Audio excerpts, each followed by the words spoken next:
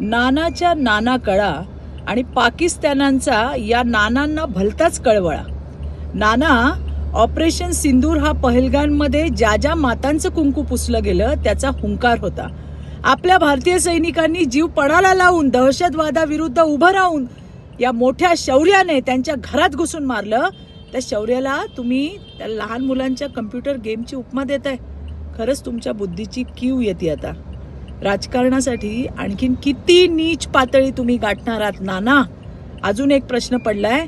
नुकताच विशेष सर्वपक्षीय मंडळ 30 देशांमध्ये जाऊन त्यांनी आपल्या देशाची भूमिका मांडली. पाकिस्तानचा खरा चेहरा जगासमोर उघड केला आणि सगळ्यात महत्त्वाचं म्हणजे त्या दहशतवादाविरोधातली भारताची भूमिका तुमच्या काँग्रेस पक्षातली काही मान्यवरांनी जगासमोर मांडली. मग त्याला काय तुम्ही कम्प्युटर गेम प्लेअर म्हणून त्याची अवहेलना करणार आहात का?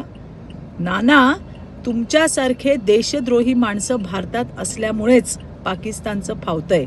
ते तुमचे राहुल गांधी परदेशात जाऊन सर्जिकल स्ट्राईकचे पुरावे मागतात आणि तुम्ही जवानांच्या शौर्याची आणि माता भगिनींच्या दुःखाची चेष्टा करताय.